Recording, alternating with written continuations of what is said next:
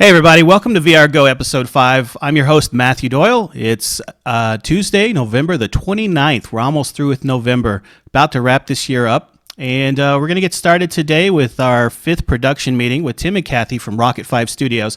Now, this is going to be our last meeting for the year. And we're going to probably pick back up in January after that. So all of us are going to be taking vacations and doing all sorts of other things in December. So be sure to check back with us in January. But I hope you enjoy the show today. Tim and Kathy have made some great progress. I'm looking forward to showing you guys what they've been working on.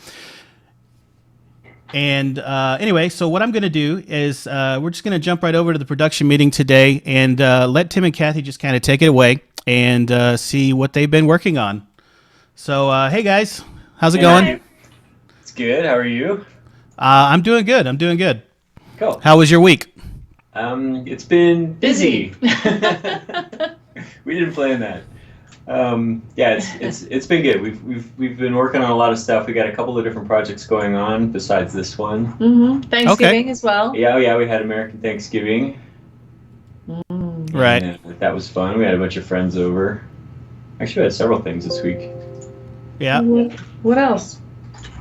Oh, I was sick one day. Yeah. Oh, I'm sorry to hear that. A leftover from It's okay. from too much turkey. Yeah, it was after a turkey day where we worked and cooked a turkey. Yeah. It was a lot. It was a lot to do. Yeah, this time of year, everything kind of starts slowing down. I know I'm starting to slow down. I don't know if it's just all the workload from the whole year just piling up and finally like causing me to want to slow down. But it's darker too. Yeah. The days are shorter, so it's okay though. It was a lovely weekend. Right. And I did a lot of sleeping. Yep, that's good. Cool. So Tim is just tweeting right now. Sorry, I'm just gonna get a quick tweet going. Oh, yeah, let everybody know. Come watch the show. We've already got eight viewers on the channel right now, it looks like. Oh, and so hi. I don't know, there might be 6 other people, including us. So, Cool. But by the way, if you are in the channel and you have any questions or comments for Tim or Kathy or myself about VR game development or anything like that, feel free to post in the chat channel there, and we'll get to those questions. So, what have you guys been working on? I'll let you guys just take it from here. I'm not going to direct what we talk about today. Yeah. So What do you got to show us? I'm not exactly sure where to start. I think I'll just jump right in with showing some of the game. Yeah. Let's just I'm gonna just share my screenshot or my my desktop. We did we got level stuff. We got a new environment. We've got the first animation on the mouse. Kathy's going to show most of that stuff in Maya, but we've got one of them playing inside of the game. We've got, I did a bunch more stuff behind the scenes. Hold on, I'm trying to share my screen and talk at the same time. There we go. All right, you seeing it now? Yes, you can see it fine. All right, cool.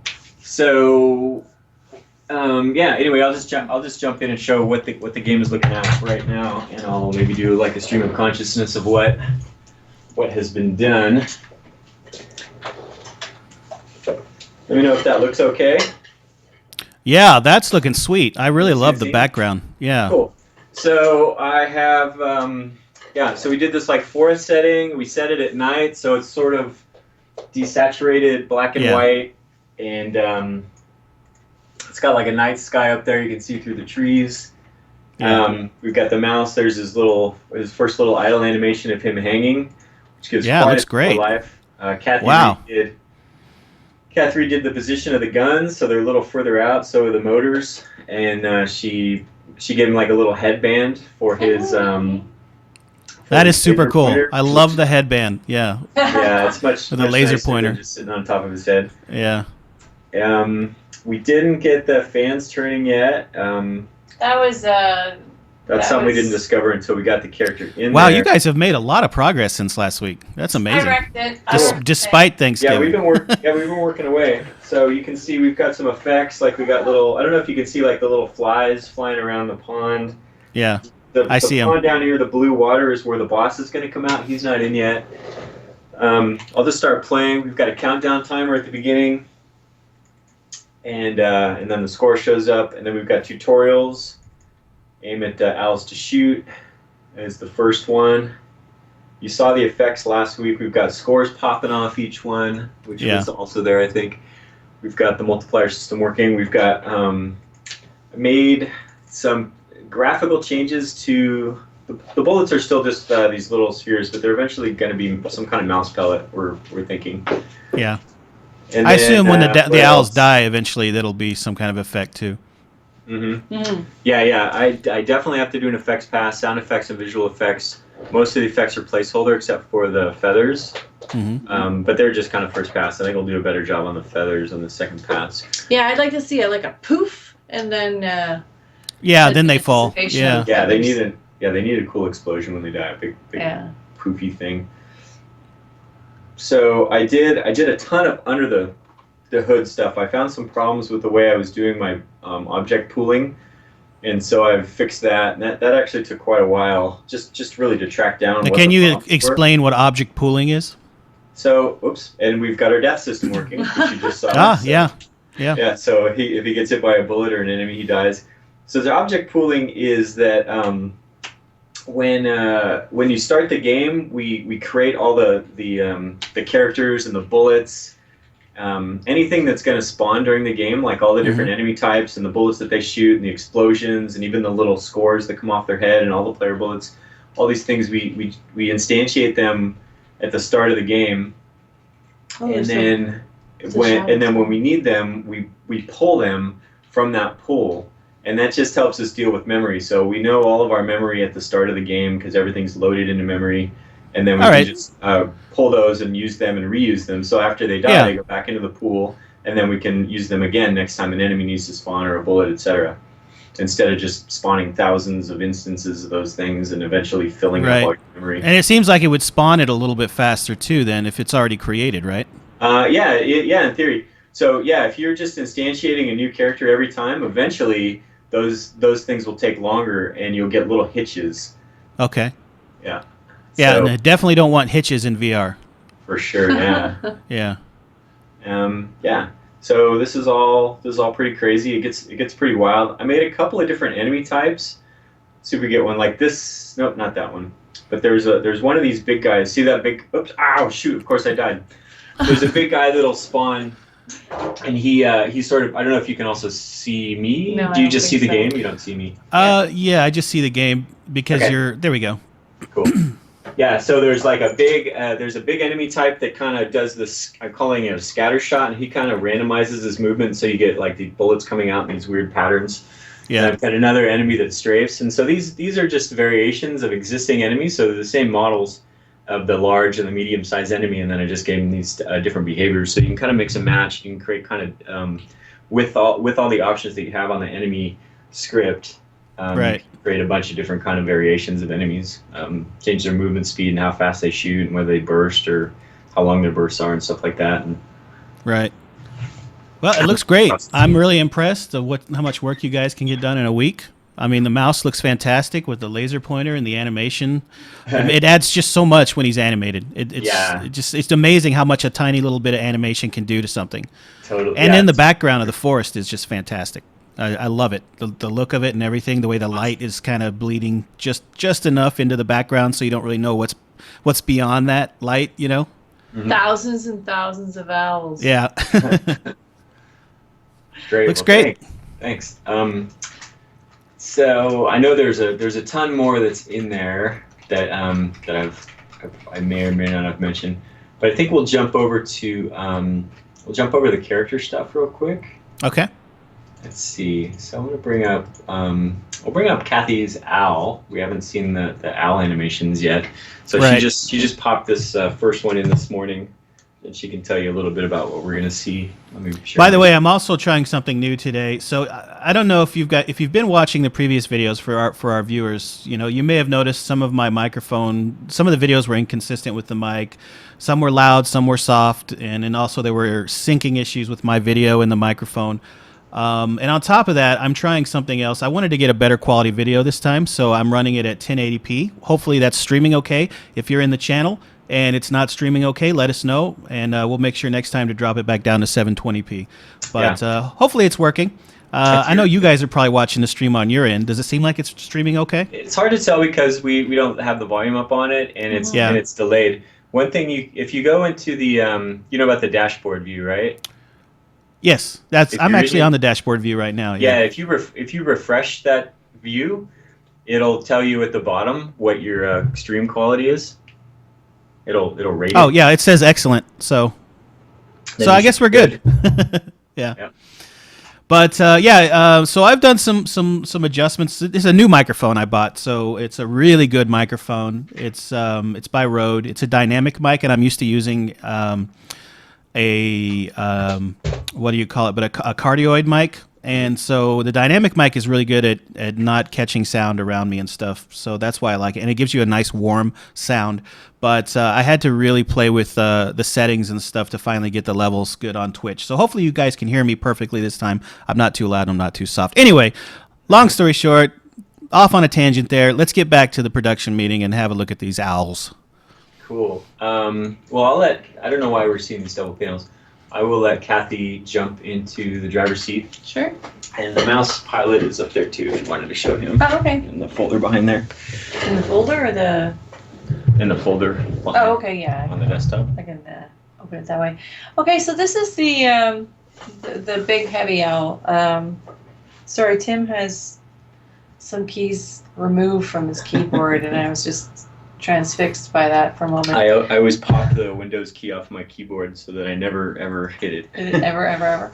So this is like a first time animation for the owls, and so what I do is I don't go very, very far along into this sort of rabbit hole of animating too much that he can't use, because I don't really know how he plans on implementing the animations that I have. So what I usually start with always is RT pose, 0 to 1, and then I have an open static pose for when this owl is shooting. And I approached it in a almost random way. Since I'm new to rigging, I like to try different things, and I think this guy's going to need to be re-rigged, because what I did is he just has a very simple root joint. Oops. Mm-hmm.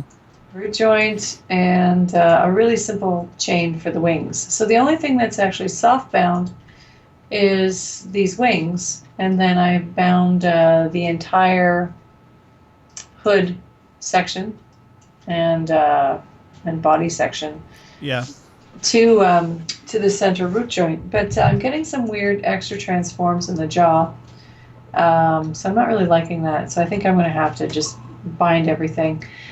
And what I have is 2 different cycles. So. Mm-hmm. Yeah, the camera's slightly blocking. So we have 2 different cycles, and as you can see, the wings are just sort of flapping in a really funny, kind of silly way. And it's just basically 2 poses. We've got,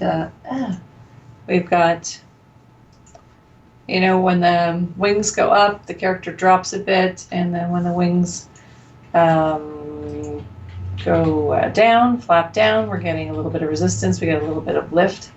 But these shapes aren't really accurate. They haven't been offset or anything like that. So there's no point in me doing that yet, though, until I know if the speed is adequate. These are 2 cycles, so that's why the jaw pops open. There's a open kind of thing, because we also don't know if Tim wants to use animation layers in Unity, because we could animate this character with no jaw information, and then he could layer over that the open jaw, or in between those 2. Yeah, I haven't really played with layers ever. It would be an interesting experiment. This is what I'd like him to do, because this would make normally what I do now is I just make all of the layer cycles in Maya and export them, so he doesn't have to do all of that in Unity. Right. Because he has enough to do usually. But I think for a simple animation like that, I could just rotate that joint if there is a joint on the. Well, right now there's no joint, so I think I'd like to redo this guy so that it's all with joints. And I want to do that with the. We found that out with the mouse too, and I'll close this up and bring up our friend the mouse pilot. Is just go to the Just double click it. Oh. Yeah. There There it is. So what do? Just double click it? Yeah. That's slow. It's actually going to launch another instance of Maya. Yeah, I know. I don't like to drag it into the window. Do you? It's not. So what? So what is it that Just you don't what- like about the skinning on the owl exactly? Is it just the jaw issues or what?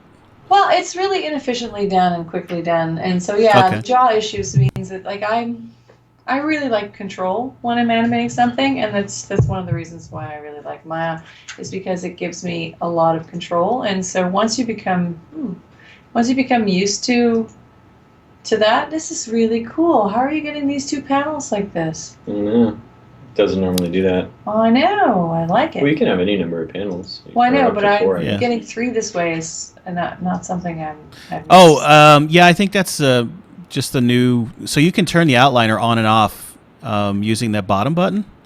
So like if you went back to that 2-panel view and then press the outliner button, it would hide the outliner. Oh, okay. So it's the one below it is the outliner button. That one. The one. So no, go back up to the 2-panel view on the left that you were clicking. Now go down one. Huh? There you go, and click that. Oh, well, that's Now we interesting. got 2 Now outlines. I got 2 outliners. Yeah, so your Probably- setting, yeah, you just have to pull the outliner out if you want to hide it in this case, but Yeah, Anyway. it's really funny. I don't know. You could just go back to a single panel view. Yeah. there Yeah. you I mean This is fine. it's super customizable. So there's so many ways you can customize your UI. Yeah, and I like that too. So this is our friend the mouse, and I was playing around a lot with different ways of trying to get a really simple rig with this guy.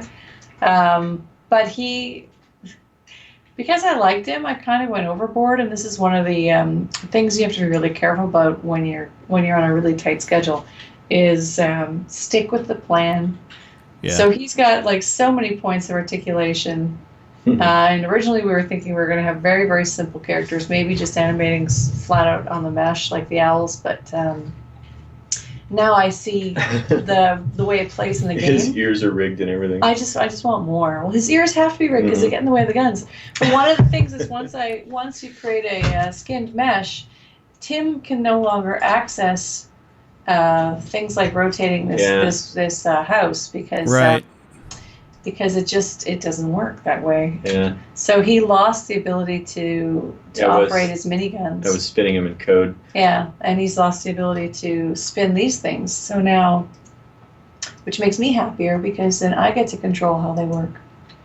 But we will. So I think that we will have to becomes- do the layer thing for that Yeah. because he'll be animating. He'll be swinging around, playing different animations as you move him. And then we don't want the miniguns to well, you might not even notice it, but they would pop and start over at the beginning of the animation. Yeah. I mean, they could be separate objects that are attached to him and have their own animation. Yeah. That's true. Yeah. That's true. That would have to be done in Unity because if it's done here, I find it slides around a little bit. That's what I was originally hoping to do.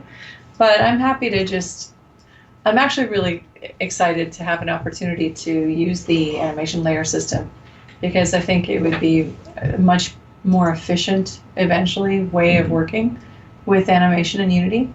So, again, there's a bunch of simple cycles here, and they're fly cycles. And I found that if I can load this, the game exporter. Oh, where is it? Here it is. Mine has wonderful green around it so I can see more things. So if I want to go back and test this, I love this function here. I just really do. Where I can highlight that frame range and play it. And then it's much, much quicker than my other Right, where you have to drag the time slider and or change it manually. Yeah. Yeah, it's like, and especially like some of the animations we have for Kitty Disastrous or other game, Phantom PI, I'm in the 6,000 frames. Oh, wow, yeah. So complex. And so when you are trying to, isolate 100 frames out of 6,000, it's a big pain in the ass. I can imagine. Here's our just fly cycle. And again, it's very, very simple. Things like the tail, I've got an offset tail, so I have a curve that's a little bit like that blade of grass kind of animation exercise you do in first year animation school. So you're using a curve to drive that? No, it's just. Did you say that? No, it's you joint just. driven. Okay, so just forward kinematic animation. Yep. Okay. It's FK 2 poses, and each as you go down the chain, like the first one starts at frame 1, the second one would start at frame 2, and it's just an easy way of just coming up with the cycles. Right. I can show you what that looks like in the graph editor. It doesn't take very long at all. It just takes. I should set a hotkey for starting and stopping play. I think it would just be way more efficient. So let's find that in here. Actually, I think if you tried Alt V, that might work. I think that might be the default hotkey for playing and stopping. Alt V. Alt V. Okay, Cool. I'll try it. And I have all my hotkeys that Tim has not got. So if we go to this thing here, you can see that the curves are all been offset. And it's just a matter of key, slide, key, slide, key, slide, key, slide. And so you can set up this kind of thing, even if you stub in some animation and want to do a tail this way, and you've got animation on either side, because we work with a continuous animation file, it's still easy to do that. It's just a simple matter of offsetting and deleting keys. But yeah, so I like the control I can get with this. I actually find it quicker than animating on a curve. And I also get that kind of nice cascading flow that I like. So yeah, I'm a little bit of a control freak, and when it comes to software, I like it to be reliable. Sure, I don't have time to get unpredictable results. Yeah, well, to each his own. Everybody has their way of working, and that's what's great about these tools, especially Maya, how customizable it is. Yeah. And there's so many ways that you can work. There's you can do purely forward kinematic animation, and the tools accommodate that. So it's entirely up to you how you want to work. Yeah, I think that's good. People need choice. Yeah. So my thought here was that as the player is holding the controller and the character in their hand, as it banks, it would be really funny to see the mouse follow that angle. And so basically I just copied the same cycle over, and then I went through and offset the curves for all of these guys, and for all of those controls. And I just wanted to make it look good. So in here it's a 45-degree angle. Here I've got a banking 90. And so in terms of the fiction of his character, he would have to prop his elbow against the wing so that he could get a little bit of distance from these flaring guns. And you can see he has to move his ear out of the way here. Now, is this animation in the game yet? I don't think you've got it up. Yeah, because I remember seeing it. Only his basic cycle. Only his hanging. Yeah. Okay. Yeah, because this is something, again, we can't go too far down the garden path with animation until I really have a good talk with Tim as to how he wants to use this stuff. And, I can do the most lovely or ridiculous animation in the world. We've definitely talked about it. Yeah. It's not that we haven't talked about it. No, we haven't talked about it, but, like, how it's going to work with the blending between these things. Right. Like, for example, he's got a COG. The mouse has a COG. And that's where center of gravity. Yeah. Oh, sorry. Yes, that's where you can see the rotations. You see they're popping up from 0 to 45 to 90 to 180, and then back down to negative 45 and negative 45 and negative 90. But where that rotational information is going to be will change. Yeah. Because it depends on where Tim wants it. If we want to have some kind of root controller, and he does have a root right there. We can put the animation on there, or Tim can actually decide that. Yeah. So I can take, since I've kept the COG animation very, very simple. It's just one value per animation. I can transfer that animation, that information now anywhere. Can you explain in a little more detail exactly what you're talking about? So obviously you're talking about the interop between the asset itself and the code. I'm guessing of like the positioning of the character in the game.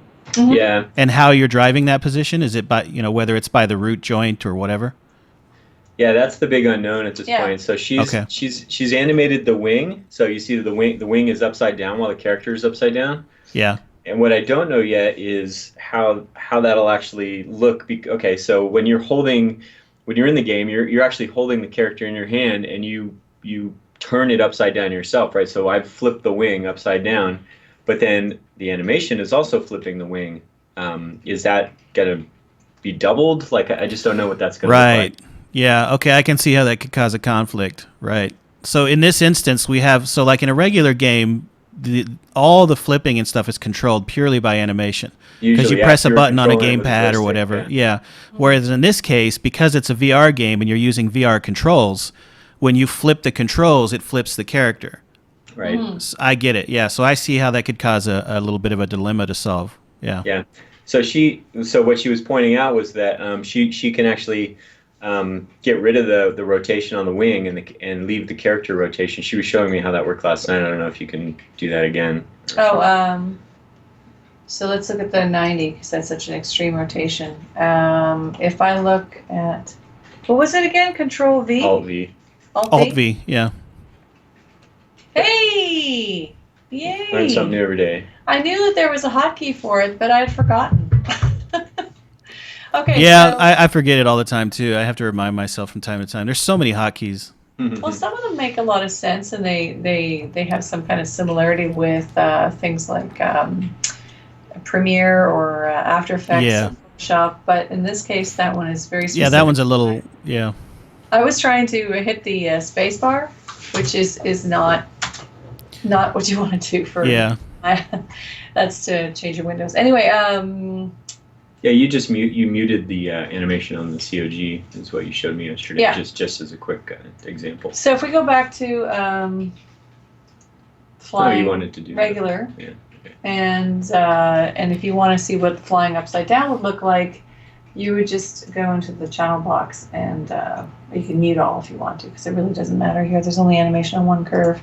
So that's all muted, and so whether I'm here, which you would see no difference, or whether I'm banking 90 degrees. Alt D. Yeah, I think honestly that's probably the right approach. Right. To like leave him like this and make it, obviously he animates as if he's being rotated and stuff, but the rest, the actual wing rotation would all be done in code. That's Well, not in code per se, but by the VR controls or whatever. Just by sake of being parented to the controller. Yeah. Yeah, and then That's what I'm thinking too. and then you would test for a threshold or whatever. I mean, I'm not trying to tell you how to do it, but I would assume you would test for the threshold of the rotation, and based on that, then you would blend into the whatever animation you needed. Yeah, that's the plan. Yep. So I try to simulate what that'd look like. So that's one of the reasons why I choose something like the COG for the simplest type of animation. Sometimes it's because when we have our characters animating, they don't leave the center position. So sometimes I'll have a node that moves them around so that I can see what it looks like in game in Maya, if that makes sense. Yeah. Because I'd like to get the best performance. Sure. Within the specs that Tim gives me. Mm-hmm. But here we're trying out something new, so we need to be able to be flexible to change things easily. If we need this is definitely one of those things that we haven't tried before. Yeah, I mean, this is great though. I mean, this is the kind of stuff we're here to discover. I mean, the fact that to me, it's like developing for VR.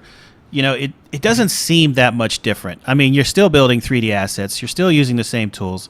And for the most part so far, it seems like most of the VR gotchas are on the engine side. But here's a perfect example of a VR gotcha that kind of is also on the DCC side, the content creation side. And that's where, rotating the character with the controls can affect, whether or not you choose to rotate him in Maya or Maya LT, it would create a conflict, obviously. So, and it's cool. This is really an interesting use case here, or I don't know if you call it a use case, but a gotcha in VR development. Yeah, so you need to be flexible and make sure that anything that's a danger, right, any kind of a possibility of having to redo work is minimized as much as possible. Yeah. Yeah. Well, it looks great though. I love the Thanks. animations. I think they're going to look really good in game. Yeah, I hope so. That'll be the fun part, and I'd love to get in. I don't know if we want hit reacts. Oh, hit reacts on the character? Yeah. Well, there's really only one hit react. As soon as he gets hit, he's How done. quick does he die? Yeah, how are you going to handle that? Like, it just blows up in your hand, or just falls over dead, or? He's That's a great question. Because there's some interesting things you could do. Obviously, like in a traditional game, when the guy gets hit, he could do a nosedive into the ground and blow up when he hits the ground. But like because the character is being held in the player's hand, that wouldn't feel right in VR. That's another one of those where it's like the VR in this case kind of limits what you can do, right? Yeah, but it'd be fun to have like a splaying of the limbs of the character with a big, to make it really, really quick, and so you just get the impression of everything flying away from the center in your hand. Yeah. I think that'd be really fun. Yeah. The dive bomb might be kind of neat. I don't know. But the dive bomb is like... the problem is, though, is like if you would have to go... You are... Yeah, because like you'd still feel him in your hand, but he wouldn't be there anymore. You'd be going down. Yeah, well, what I'm currently doing is the same thing that Zortex does, which is as soon as the player dies, I just hide the model, and then show the Vive controller in your hand again, so it doesn't look like you're not holding anything. Oh, that could work. Yeah, I guess that could work. And then spawn an explosion. So in that instance, if we wanted to have a more dramatic death, we could instead of just hiding the player model, detach him from the controller, play an animation, and just have him like fly into the dirt, have him hit the scoreboard or something like that. Except fly off like he spins off out of control, flying away from you forward. Yeah. But if he's hit with a projectile going this way, it would make no sense for him to go this way. Well, it would make sense if he was a person, but he's a jet essentially, right? So when a jet's engine gets hit, they keep their inertia because they're going so fast. They're still going to go forward. Yeah. There you go. So. Also, video games. Yeah. Yeah, that too. It's a video game. That's no excuse to defy the laws of physics. Okay, well, then she just saved me hours of work and herself animation work as well, so we'll just hide the character. There you go. Of course, the other option would be to have the character, when he gets hit, like the wing stays in your hand and the character just somehow like detaches and falls. I like that. Just fall to the ground. I like that. Or maybe we don't want to kill the character. Maybe a parachute pops up as he's falling to the ground, so he lands a nice soft landing. Great. I was thinking he would explode in a little puff of bones. That could be cool. Yeah, just jib him. Yeah, that'd be fun. Yeah, well, I'm sure you guys will figure it out. Looks great so far, though. The progress is phenomenal. Do you want to put the headset back on one more time so we can look at the game once again? I love looking at it. It's so cool. Sure. Just one last time, unless there was something else we needed to discuss or anything else you wanted to show, concept or progress on anything else. Maybe the boss creature, the frog. Unfortunately, we hadn't made any progress on the boss. That's the day I got sick, where I was doing some illustrations, and then I was like, I'm really tired, and instead of saving my file, I shut it off without saving it. Yeah, that was bad. I think that's the only time I've done that. Don't work when you're really sick. Yep. Okay, back inside of Unity. Yeah, I mean, so what? I assume so. What, you've got just one light in the scene? It's like an omni light, and it's lighting everything around it. Yeah. Actually, that's one thing I didn't talk about. There's two lights, so the lighting is what do I got? Hold on. Let me. I've got two lights. They're both set to real time, but they also are baking because I am. Okay, so Valve has this thing called the Lab Renderer, and so they've got their thing on the Steam store called the Lab, which has all these games, including Zortex, which is the one that we use for inspiration for this game. And they've also provided on the Unity Asset Store this thing called the Lab Renderer, which comes with a bunch of scripts for lighting. So if we look at my point light, it's got this Valve real-time light on it. If we look at my camera rig, we've got this thing called the Valve Camera, and they've got a bunch of settings on them. Honestly, I don't really know what this stuff does, but it and there's one other component as well. I'm going to move you down here, which is that they've got this. They've got their shaders. So I've got the Valve VR standard shader on here, and then so the three of those components between the lighting, the shader, and the camera, they all work together to create an optimized rendering experience for VR. For VR, okay. Yeah, and it allows us to have real-time lighting in there. I think you can have up to 6 real-time lights inside a VR scene without too much performance problem. We've also got light probes in here to... so that is available on the Unity Asset Store again. So that's Valve VR Lighting, or what is it again? Valve or Lab Renderer or something like that? Yeah, the Lab Renderer. If you just look up the Steam VR plugin, you'll immediately find it. So if you're doing this already, you're already looking at the Steam VR plugin, the Lab Renderer. So Valve has two products up there, and it's just both of these. Okay. So and anyway, that was pretty easy to set up. So I just put the shader on all of my materials that are in the scene, and then what else did I do? Is the plan to add any color to the background assets, or are we going to just keep them like gray? I don't know. Initially, I had it all. I had it all colored, like brown tree trunks and green leaves, and and stuff like that. But then Kathy reminded me that this is a night, and you lose all that saturation. Yeah. In the dark, and so. Well, there might be some up close though, where the light is, but like really low saturation. Yeah. Yeah, we could do some of that. I put a blue light at the water, but we definitely could. Everything's got a different material on it, so if I wanted to, for example, I mean, I could even do it in here by selecting, the tree, and the albedo is just set to, it's just set to this gray color. But we could go back in here, and if we wanted to, see what stuff looked like with a bit of brown, we could do that pretty easily. Yeah, I'd be curious to know what it actually looks like. I like the gray, don't get me wrong. I think it could be fine like that, but I'd just be curious to see maybe even just a screenshot at some point of what it would look like with like some low saturation colors on the background objects. Yeah, totally. We could do that. I like the, if you look up at the sky, you see little twinkling stars. Yeah. Oh, I didn't notice that. I'll show you that when I'm playing. I'm just going to turn off my debug canvas. I've got this this debug thing that just shows me game stats and stuff in there, but we'll turn it off for while we're playing. You have to stay away from him when he's playing. So there's our little mouse guy before I pick him up. He's just sitting there, and he's doing his little idle. Yeah, he looks so awesome. Yeah, he looks really cool. I'd like to have him doing like little idols, like scratching his. Yes, absolutely. Yeah, do some random idols on him would be cool. Yeah. And then, we're also using fog. So the other thing that lab renderer comes with, I don't know if you can see it here, but they've got their own fog, and it and the whole scene is fading out. It looks really cool in the thing. So you see in the distance, you see trees that are further away, and you can just barely see the silhouette. Yeah, you can barely see it. But you can barely see it. But if you move, when you actually play this, when you move around in the scene and you move in and out. Away from the center, you can actually see them not pop in, but like fade in nicely. Yes, yeah. And fade out as you move away. It's a really cool effect. Look up. I'm sure it looks a lot better in VR too. Just and then there's the sky sense of depth. And this is I see it now. I'll look up in Photoshop in a couple minutes. Yeah, it looks cool. We've also got little particles like flying around in the world, like little.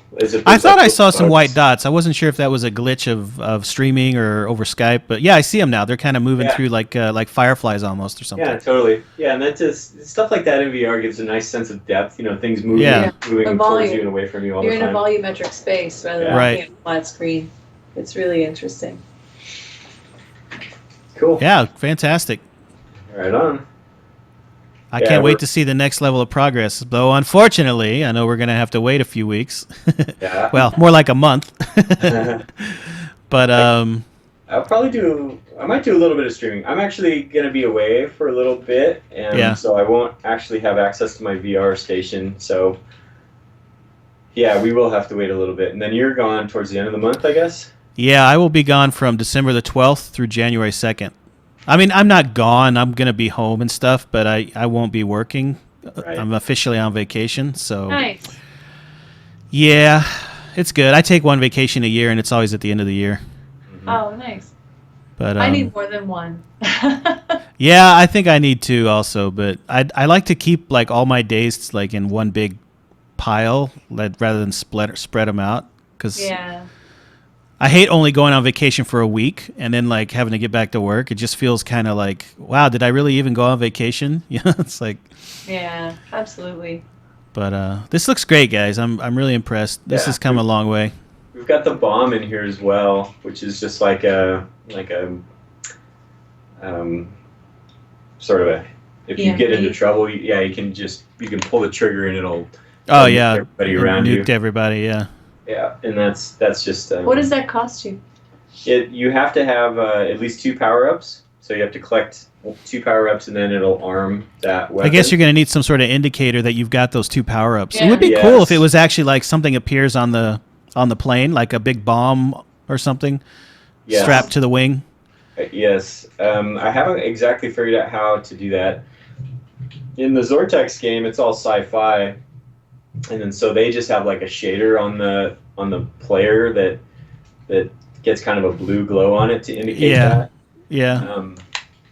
So yeah, I haven't really solved how to do that here. I think something on the wing is the right way to go. There's something on the wing. Yeah, I mean, of course, there's always the old school approach: just put a UI thing somewhere. But I think it would be cooler if the character actually changed in some way. I agree. On the character is the better way to go. Mm-hmm. Yeah, especially when it comes to VR stuff. I don't know. What do you guys think of UI in VR? I'm trying to figure out if VR lends itself to traditional UI or if you want to avoid it. I think you do want to avoid it. I haven't tried much HUD stuff, but I've read, I've heard from other developers that that HUD is bad. I think it's because of the parallax. You have this thing floating in your vision, and as you move around, it stays. It stays with your head, and it creates a weird nauseous feeling. You so it can contribute to simulation sickness. Can't get rid of. Huh. So HUDs in VR are no good. Yeah. So then what we rely on is stuff that's built into the player, like on your hands. So if you've checked out like what's that painting program, like Tilt Brush. So Tilt Brush is like is a painting program for VR, and they've got by Google all the palettes on your hands. Like so, in your left hand you've got like a paint palette, and on your right hand is like a pointer. And you can select colors and change your brushes and all kinds of stuff. So those kind of HUDs work really well. The stuff that's fixed to your body that you can look at when you want, kind of like a wristwatch, right? Yeah, call that a diegetic HUD. So diegetic is a HUD or menu element that the character could see. Right. It's like it's in the game itself. It's like the mouse would be able to see it. Totally. Yeah. Yeah. So those work really well. Yeah. And then real world stuff, or stuff that's part of the world, like we're seeing with our scoreboard out there. Right. The game is getting super nuts right now. Yeah. Yeah, I don't know if I told you guys, I used to work for Scaleform, which was a UI creation tool before Autodesk bought them. Scaleform still exists. It's in Stingray now, but I was with Scaleform for 5 years, and so I had to learn everything there was to learn about user interface. I was basically kind of like their evangelist for That's awesome. And tutorial writer. So and I would go to conferences and teach people about creating UIs and stuff. And cool. And yeah, so that's where I learned the term diegetic interface.